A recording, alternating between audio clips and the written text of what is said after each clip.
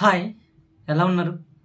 So, మొన్న ఒకరోజు నేను కోచింగ్ సంబంధించి ఒక వీడియో చేశాను. మీకు ఐడియా ఉందా? సో, ఈ వీడియో చూసుంటే చూడండి. చూడకపోతే చూడండి. చూసుంటే వాళ్ళకైతే బాగా అర్థమైద్ది. సో, దీని నుంచొచ్చి కొన్ని ట్రబుల్స్ వచ్చినాయి. సో, ఆ ట్రబుల్‌కి నేను ఎలా సమాధానం ఇచ్చానో అలా సమాధానం ఇచ్చాను. బట్ ఎనీవే నాకిది 3 డేస్ క్రితమేమో వచ్చినట్టుంది. సో, నేను జనరల్‌గా మెయిల్ పెట్టలేదు. ఎందుకంటే ఇలాంటివి వస్తాయని తెలిసి నేను మెయిల్ అనేది డిస్క్రిప్షన్‌లో తీసేసా. నాకు ఈ వీడియో పెట్టిన తర్వాత నాకు మెయిల్స్ రావచ్చు.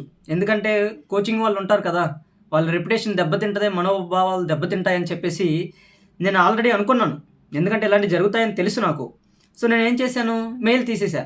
అయితే రీసెంట్‌గా మొన్న 2 రోజుల క్రితము నేను 3 రోజుల క్రితం అనుకుంటా మెయిల్ పెట్టాను డిస్క్రిప్షన్‌లో. ఎక్కడ ఒక వీడియో కింద డిస్క్రిప్షన్‌లో పెట్టా మెయిల్. సో, మేబీ మరి ఎలా చూసారో తెలియదు నాకు. మెయిల్ అయితే 2, 3 రోజుల క్రితం వచ్చినట్టుంది. నేను ఈరోజు చూసి వాళ్ళకి రిప్లై కూడా ఇచ్చాను. సో, వాళ్ళేం పెట్టారో చూడండి ఒకసారి నేను చదువుతాను. సో, నేను మళ్ళీ చూయిచ్చాననుకోండి ఎవరు ఏంటి అనేది తెలుసుద్ది. ఓకేనా? వాళ్ళకి రెస్పాండ్ కూడా అయ్యాను. సో, నేను మీకు చూపించకూడదు. చూపిస్తే that will create further more kiosk. నేను అందుకే చూపించట్లేదు. బట్ ఎనీవే నేను ఒకసారి చదువుతాను. వాళ్ళు ఏం చెప్తున్నారో చూద్దాం. ఓకేనా? ఇక్కడ డియర్ సార్ మేడం అని పెట్టేసి it has come to our attention that you have posted content on YouTube platform that is defamatory, misleading and damaging to the reputation and goodwill of our institution. Your post contains false and baseless allegations which are causing serious harm to our organization, its management and associated stakeholders. Such acts amount to defamation are punishable under applicable provision of law. Okay, IT provisions అని ఇచ్చారు. So వాళ్ళు ఏం చెప్తున్నారంటే రకరకాలు చెప్తున్నారు. 1 minute.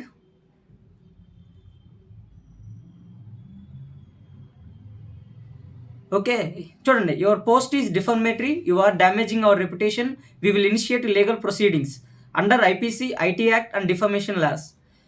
Delete immediately or face consequences. Delete immediately within 24 hours. Notice will given. So ఇది నాకు వచ్చింది. ఒక మాటలో చెప్పాలంటే వాళ్ళు ఏదో నాకు ట్రై చేయాలని చూస్తున్నారు. సో నేను వెంటనే మీ కోచింగ్ ఏమీ రెప్యుటేషన్ నేను దెబ్బ కొట్టలేదు.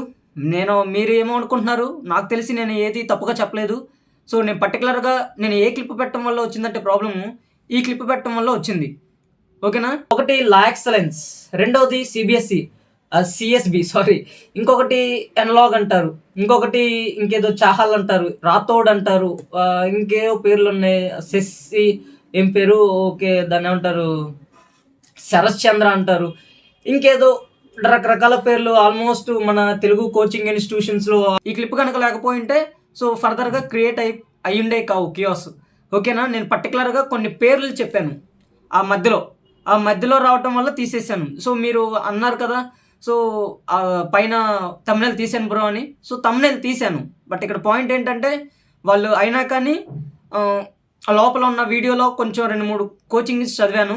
సో అందువల్ల ఆ పేర్లు చెప్పడం వల్ల ఎవరైతే ఆ కోచింగ్ పేర్లు ఉన్నారో వాళ్ళే అఫెండ్ అయ్యి నాకు ఇచ్చారు. సో ఎనీవే, సో మీకు చెప్పేది ఏంటంటే నేను స్ట్రైట్ ఫార్వర్డ్గా అడుగుతున్నాను. ఈ కోచింగ్ వాళ్ళు కనుక ఈ వీడియో చూస్తే, సార్ నాకు అర్థం కాదు, మీరు చాలామంది పిల్లల్ని, మా స్టూడెంట్స్ అంటే స్కూల్స్ అని, కాలేజ్ అని మీ తొక్కలో మోటివేషన్లు ఇచ్చేసి, మీ తొక్కలో ఎంట్రీలు అన్నీ చూపించేసి, మీ తొక్కలో రకరకాల పొద్దునుంచి సాయంత్రం దాకా మోటివేషన్ చెప్పేసి, లేదంటే ఇంకేదో కోచింగ్ బ్యానర్ల మీద లేని టాపర్లు, ఉన్న టాపర్లు మిస్లీడ్ చేస్తున్నారు సార్. మీకు కనీసం అంత చదువుకున్నారు, ఇంత జ్ఞానం లేదా సార్? మీరు మామూలుగా అయితే బిజినెస్ చేయాలి సార్, కానీ ఏంటి బిజినెస్? ఇది బిజినెస్ అంటారా? నాకు అనిపించట్లేదు బిజినెస్ అని. దోచుకుంటున్నారు సార్. మీరు 24 గంటల పాటు 365 రోజుల పాటు కష్టపడుతుంది సార్ ఆ డబ్బుల కోసం. మీరేంటి సార్ అంత సింపుల్గా ఏదో 4 మాటలు మాకు మాయ కబుర్లు చెప్పేసి లాక్కుంటా అంటే ఎలా సార్? లక్షలు సార్ అవి, 1 సంవత్సరం కష్టం అవి. మీరేదో మమ్మల్ని మేమేదో మా పేరెంట్స్ని ఏదో ఉద్ధరించాలని మేమేదో అనుకుంటాము, మమ్మల్ని మేము ఉద్ధరించుకోవాలని. మీరేం చేస్తారంటే రకరకాల మోటివేషన్లో రకరకాల బ్యానర్ల మీద టాపర్ల పేర్లు రాయించడం, లేదంటే మాకు అక్కడికి వచ్చిన తర్వాత డబ్బులకి సరైన కోచింగ్ ఇవ్వకపోవటం. ఏంటి సార్ ఇది? నాకు అర్థం కాలేదు. సో మీరు ఒక్కసారి సెల్ఫ్ ఇంట్రోస్పెక్షన్ చేసుకోండి. మీకు కోచింగ్కి వచ్చే వాళ్ళందరూ డబ్బున్న వాళ్ళు కాదు. ఫస్ట్ ఆఫ్ ఆల్ డబ్బున్న వాళ్ళు అయితే చక్కగా వెళ్ళిపోతారు, ఢిల్లీ వెళ్ళిపోతారు. అసలు మీకు ఈ లోకల్ కోచింగ్లో వెళ్ళవు. మీకు అది అర్థం చేసుకోకుండా ఎంతమంది సార్ పిల్లల్ని, ఎంతమంది లక్షలు గ్రాడ్యుయేషనా, అండర్ గ్రాడ్యుయేషన్ విత్ యూపీఎస్సీ ప్రిపరేషనా? సంబంధం ఏంటి సార్ అసలు నాకు అర్థం కాదు. దాన్ని దోచుకోవడం అంటారు సార్. మీకు తెలుస్తుంది ఆ విషయం? వాళ్ళ పిల్లలకు తెలియదు. మీరు దోచుకుంటున్నారు. మీరు అనుకుంటున్నారు నేనేం మీ రెప్యుటేషన్ ఏం దెబ్బతీయలేదు. మీకే చెప్తున్నాను నేను ఇంకా. మీరు నాకు వచ్చినా ఒరిగేది ఏం లేదు, ఒరిగేది ఏం లేదు. నేను స్మాల్ ఫిష్ అయినా కానీ దానికి వచ్చిందే 6,000 మంది చూసుంటారేమో. 6,000 మందిలో మీకేమైపోద్ది? పెద్ద మ్యాటర్ కాదనుకుంటా నాకు తెలిసినంత వరకు. మీరు నా వీడియోకి చూసి మరి నాకు మెయిల్ చేసేంత నాకు వచ్చింది 6,000, మహా అయితే 16,000 సబ్స్క్రైబర్స్ ఉన్నారు. దాంతో నేనేం చేయగలుగుతాను? దానికి మీరు నాకు మెయిల్ చేసి నీకు లీగల్ కాన్సిక్వెన్సెస్ ఉంటాయి, అవి ఉంటాయి, ఇవి ఉంటాయి. మీరు ఫస్ట్ సెల్ఫ్ ఇంట్రోస్పెక్షన్ చేసుకోండి సార్. పాయింట్ ఏంటంటే మీరు మనసులో ఎప్పుడు పెట్టుకోవాల్సింది, ఇక్కడ మీ దగ్గర కోచింగ్ తీసుకునే వాళ్ళందరూ just middle class or below middle class. ఇంకా పేద పిల్లలు కూడా ఉన్నారు. అలాంటిది మీరు దోచుకోవడం స్టార్ట్ చేస్తే పాపం వాళ్ళ దగ్గర మిగిలేది ఏం లేదు. చివరికి మళ్ళీ మీరు పోనీ అంతా కట్టిన తర్వాత మీ దగ్గర ఏమైనా వాల్యూ ఫర్ మనీ ఉంటుందా అంటే అస్సలు ఎబ్బే. ఒకసారి మీరు ఇంట్రోస్పెక్షన్ చేసుకోండి సార్. మీరు అంత తీసుకుంటున్నారే, మనం ఇన్ఫ్రాస్ట్రక్చర్ కానీ లేదంటే మనం ఇచ్చే గైడెన్స్ కానీ ఏదైనా క్వాలిటీ మెయింటైన్ చేస్తున్నామని చెక్ చేసుకోండి సార్. సో ఇలాగా ఎవడో ఏదో చెప్పారని వాళ్ళకి మెయిల్ చేసేసి వాళ్ళు డిఫమేషన్ చేస్తున్నారు మమ్మల్ని, మా రెప్యుటేషన్ దెబ్బ కొడుతున్నారు. ఎవడు సార్ దెబ్బ కొట్టింది మిమ్మల్ని? మీరే దెబ్బ కొట్టుకుంటున్నారు. ఇంకా మీకు తెలియని విషయం ఏంటంటే నేను ఒక్కనే చెప్పాను, ఇలాగ అందరూ చెప్తున్నారు, మీరు వెళ్ళి చూడండి. అంటే నాకు ఈ విషయం కూడా అర్థమైంది. చాలామందికి ఎందుకు ఇలాంటి కోచింగ్ స్కామ్స్ మీద, ఈ కోచింగ్ వాళ్ళ మీద ఎందుకు ఏ కంప్లైంట్ ఇవ్వరు అనేది నాకు అర్థమైంది. మీకు ఒకటి తెలుసా వీవర్స్, మీకు తెలుసా ఒకటి? సో వీళ్ళు ఏంటంటే ఒక కమిషన్ ఇస్తారనమాట. సో ఎవరో కూడా ఇప్పుడు నాకు కూడా సమ్ కమిషన్ ఆఫర్ అయింది, అర్థమైందా? సో నేను ఇప్పుడు అవి చూపించాను అనుకోండి, మళ్ళీ ఫర్దర్ క్యూస్ క్రియేట్ అవుతాయి. సో నేను చెప్పేది ఏంటంటే వీళ్ళకు దూరంగా ఉండండి. ఫస్ట్ మీరు తీసుకునే నిర్ణయం చాలా జాగ్రత్తగా ఒళ్ళు దగ్గర పెట్టుకొని అమ్మ నాన్న డబ్బులు ఖర్చు పెట్టండి. వీళ్ళు ఉత్తి దోపిడీగాళ్ళు, ఒక మాటలో చెప్పాలంటే మొత్తం దోచేసుకుంటారు. నువ్వు ఉన్నంత వరకు కొత్త క్రియేట్ చేస్తూనే ఉంటారు. అంటే నీకు మొత్తం దాన్ని అంటారు 1 year సరిపడా, లేదంటే సిలబస్ అంతా ప్రిలిమ్స్, మెయిన్స్, ఇంటర్వ్యూ అంటారు. కానీ ఒక మెయిన్స్ చెప్పరు, ఒక ఇంటర్వ్యూ చెప్పరు, ఒక ప్రిలిమ్స్ సరిగ్గా చెప్పరు. అసలు ఇంటర్వ్యూ అయితే నీకు పేరుకు చెప్తారనమాట స్టార్టింగ్లో, కానీ ఆ తర్వాత ఏం ఉండదు. సో వీళ్ళు ఎవరైతే ఇలాంటి చెప్తుంటారో వాళ్ళకి కమిషన్ ఆఫర్లు చేయడం కానీ, లేదంటే చిన్నోళ్ళు అయితే బెదిరించడం కానీ అలాంటివి చేస్తుంటారు అనమాట. సో నేను ప్రతి ఒక్కరు చెప్తున్నాను, ఈ ఛానల్ చూసే వాళ్ళకి, నా ఛానల్లో మ్యాక్సిమం ఉన్నవాళ్ళు అందరూ బిగినర్సు, అందరూ మధ్యతరగతి వాళ్ళు, లేదంటే అంతకంటే తక్కువ ఉన్నోళ్ళు. సో చాలా జాగ్రత్తగా చేయండి. నేను అవేర్నెస్ వీడియో ఇది. సో మీరు ఎప్పుడైనా గుర్తుపెట్టుకోండి, ఈ ఛానల్ ఫాలో అవుతున్నప్పుడు మైండ్లో ఒకటే ఉండాలి, this channel is all about what should not do, not about what we are do. Okay, నేను ఎప్పుడు చెప్తుంటాను ఇదే మాట. సో మీరు ఈ ఛానల్లో అవేర్నెస్ కావాలన్నా, మీరు బిగినర్స్ అయి ఉంటే మీరు ఏదైనా పర్లేదు. సో ఈ ఛానల్ ఎంతో కొంత హెల్ప్ అవుద్ది, that's my responsibility. I'm also స్టార్టింగ్లో నేను ఛానల్స్ చేసినప్పుడు కూడా సమ్ నార్మల్గా హెల్ప్ చేయాలనుకున్నాను, కానీ దీని తర్వాత మనీ వస్తాయని, ఆ తర్వాత నాకు అనిపించిన తర్వాత ఇంకా నేను సేమ్ బోత్ మ్యూచువల్ ఎఫర్ట్స్తో హెల్ప్ అవ్వాలి, నాకు కూడా సమ్ రెవెన్యూ జనరేట్ అవ్వాలని చెప్పేసి నేను వీడియోస్ చేసుకుంటున్నాను. సో అందరి కష్టాలు తెలియదు మనకి, అర్థమైందా? సో మీరందరూ కోచింగ్ తీసుకునేటప్పుడు చాలా జాగ్రత్తగా తీసుకోండి. మొన్న అఖిల్ బుద్ధి సార్ కూడా కామెంట్ చేశారు దాని మీద. సో అసలు కోచింగ్ అవసరమా లేదా అనేది మీరు డెసిషన్ తీసుకోవాలి, అంతేకాని వాళ్ళకి ఇవ్వకూడదు డెసిషన్, మాకు కోచింగ్ కావాలి అని చెప్పేసి వాళ్ళ దగ్గరికి వెళ్ళకూడదు. మీరు 6 నెలల పాటు 7 నెలల పాటు కూర్చొని ఆ ఎన్సీఆర్టీస్ చదవండి, 4-5 నెలల పాటు. మీకు అర్థం కాకపోతే, బుర్ర పని చేయకపోతే అప్పుడు మనీ ఇన్వెస్ట్ చేయండి. 4 నెలలు వేస్ట్ ఏం అయిపోదు, టైం ఏం అయిపోదు.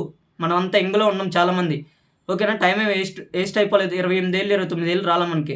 మహా అయితే డిగ్రీ అయిపోయి బీటెక్ అయిపోతే మహా అయితే 21, 22 అంతే. 4 నెలలు పోతే దండగేం లేదు. ముందు 4-5 నెలలు మీరు ఎన్సీఆర్టీస్ కూర్చొని చదవండి, then only you will get అసలు మన కోచింగ్ అవసరమా కాదా అనేది డెసిషన్ తీసుకోవచ్చు. మొన్న కూడా అఖిల్ బుద్ధి సార్ కూడా అదే చెప్పారు, మీరు అది అబ్జర్వ్ చేశారో లేదో. కోచింగ్ అవసరమా లేదనేది ముందు ఆ నిర్ణయానికి వచ్చిన తర్వాత కోచింగ్ తీసుకోండి. అంతేగాని ఏదో యూపీఎస్సీ రంగంలో కోచింగ్ అని బరోమని వెళ్ళకూడదు. ఎందుకంటే ఇక్కడ వీక్‌నెస్ బోలెడన్ని అర్థం చేసుకోవాలి. నీకు 5 నెలలు 6 నెలల పాటు జస్ట్ నువ్వు స్కూల్‌లో చదివినవన్నీ ఒకసారి రివైజ్ చేస్తావు. అప్పుడు కోచింగ్ దగ్గరికెళ్తే నీకు ఒక ఆర్డర్ ఉంటది. ఒక పర్టిక్యులర్‌గా నీకు అన్నీ చెప్తుంటారు. ఒక షెడ్యూల్ ఉంటది. ఏది ప్రాక్టీస్ చేయాలి, ఏది ప్రాక్టీస్ చేయకూడదు. కానీ నువ్వు డైరెక్ట్‌గా వెళ్ళి కోచింగ్ దగ్గరికి వెళ్ళిపోయావనుకో, అక్కడ నీకు చెప్పేది ఉండదు, ఏముండదు. ఒకవేళ చెప్పినా కానీ నేను ఇక్కడ పాయింట్ మళ్ళీ చెప్తున్నాను. బాగా చెప్పేవాళ్ళ గురించి కాదు, దోచుకునే వాళ్ళ గురించి చెప్తున్నాను. మేబీ అన్నీ కాకపోవచ్చు దోచుకునేయి. మాక్సిమం మీరు హైదరాబాదు, విజయవాడ, విశాఖపట్నం అన్నీ దోచుకునేయి ఇక్కడ. మాక్సిమం ఉన్నాయి. ఏదో 2, 3 నాకు అయి కూడా గ్యారంటీ లేదు. బట్ అంటున్నారు కామెంట్స్‌లో పర్లేదు బానే ఉందని. బట్ నాకు తెలియదు అది కూడా. ఓకేనా? బట్ మాక్సిమం అనేది బ్యాడ్ ఒపీనియన్ అయితే ఉంది ఈ రీజనల్ కోచింగ్ సెంటర్స్ మీద. సో మీరు అది మనసులో పెట్టుకొని దానికి అనుగుణంగా ఈ కోచింగ్స్ అన్నీ దాన్నేమంటారు, ఒక వైస్ డెసిషన్ తీసుకోండి. ఎవడో గొట్టంగాడు చెప్పాడని కోచింగ్ తీసుకోమని, ఎవడో గొట్టంగాడు యూట్యూబ్‌లో కోచింగ్ తీసుకోవద్దని చెప్పాడని గాని అలా ఏమనుకోవద్దు. You to accountable to your self. నీ అంతరకు నువ్వు జవాబుదారీగా ఉండాలి నువ్వు తీసుకునే నిర్ణయం. అంతేగాని గుడ్డిగా ఫాలో అవ్వకూడదు. ఇలాంటివన్నీ అంత త్వరగా అంటే మీరు డబ్బులు ఖర్చు పెట్టేటప్పుడు 1కి 2 సార్లు ఆలోచిస్తే ఆటోమేటిక్‌గా మీ అంతరకు మీకు తెలుస్తదనమాట. అమ్మ వాళ్ళ డబ్బులని. ఓకేనా? అప్పుడు వైస్ డెసిషన్ తీసుకుంటారు. అంతేగాని ఏదో తీసుకోవాలి పేరుకి అని చెప్పేసి అని మాత్రం తీసుకోకండి. ఎవరో చెప్పారని అసలే తీసుకోవద్దు. Even though this is my oats also caution. Disclaimer ఏంటంటే నా ఓట్స్ కూడా ఎంతవరకు చెల్లుతాయో అంతవరకే చెల్లుతాయి. Ultimately up to you. నీ అంతరకు నువ్వు డెసిషన్ తీసుకోవాలి. Not depend on others. ఒక మాటలో చెప్పాలంటే నేనైనా అంతే, ఎవరైనా అంతే. So keep in mind you should not take decisions based on the social media platforms. వాళ్ళు ఏదో చెప్పారని కానీ ఎవరేదో చెప్పారని మాత్రం పొరపాటున కూడా తీసుకోవద్దు. ఇది నా అడ్వైజ్ అనుకోకండి. జస్ట్ ఒక అవేర్‌నెస్ నేను పొంది మీకు అవేర్‌నెస్ ఇస్తున్నాను అనుకోండి. అడ్వైజ్ అనేది ఫ్రీ అడ్వైజు. పెద్దగా దానికి కాస్ట్ ఎక్కువ ఉండదు. కానీ నేను ఒక అవేర్‌నెస్‌తో వచ్చి మీకు ఒక అవేర్‌నెస్‌గా చెప్తున్నానంటే మీకు కూడా ఇది ఒక కాస్ట్ ఉంటదనమాట. మనం పెట్టిన టైంకి ఇప్పుడు నాతో 15 నిమిషాలు వీడియో చూసారనుకో చివరి వరకు. సో సమ్ వాల్యూ నీకు తెలిసిందా లేదా అనేది మీరు అర్థం చేసుకోండి. సో లాస్ట్ కోచింగ్ వాళ్ళకి నేను చెప్పేదేంటంటే, సార్ మీరు ఏదైనా ఇంప్రూవ్ చేసుకోండి. Then only I will stop these videos. Otherwise I will continue furthermore not defaming you but create more దాన్నేమంటారు, అసలు స్టూడెంట్స్ ఎవరో కూడా రాకుండా అయిపోతారు. సో మీ కోచింగ్ సెంటర్స్‌కి అంటే ఐ మీన్ ఇంకా వేరే దగ్గరికి వెళ్తారు. లేదంటే బెటర్‌గా ఎవరైతే మీకు కాంపిటీషన్‌గా బెటర్‌గా ఇస్తున్నారో వాళ్ళ దగ్గరికి వెళ్ళిపోతారు. ఓకేనా? ఆల్రెడీ డిఫరెంట్ ఒపీనియన్స్ క్రియేట్ అవుతున్నాయి పిల్లల దగ్గర, ఈ యాస్పిరెంట్స్ దగ్గర. సో మీరు అనుకున్నట్టు అయితే ఒక్కసారి ఒక బ్యాడ్ ఒపీనియన్ వచ్చిందంటే ఆటోమేటిక్‌గా వేరే దానికి షిఫ్ట్ అవుతుంటారు. అలా డిమాండ్ సప్లై పెరుగుతూనే ఉంటది. సో మీరు అది గమనించుకొని క్వాలిటీ, క్వాంటిటీ లైక్ పిల్లల మనీ కాస్ట్ ఫర్ వాల్యూ అనేది మీరు పెంచండి sir. Thank you so much for watching and sorry for not defaming you sir. But normally మీకు పిల్లలకి అవేర్‌నెస్ ఇచ్చాను అంతే. Anyway thank you so much.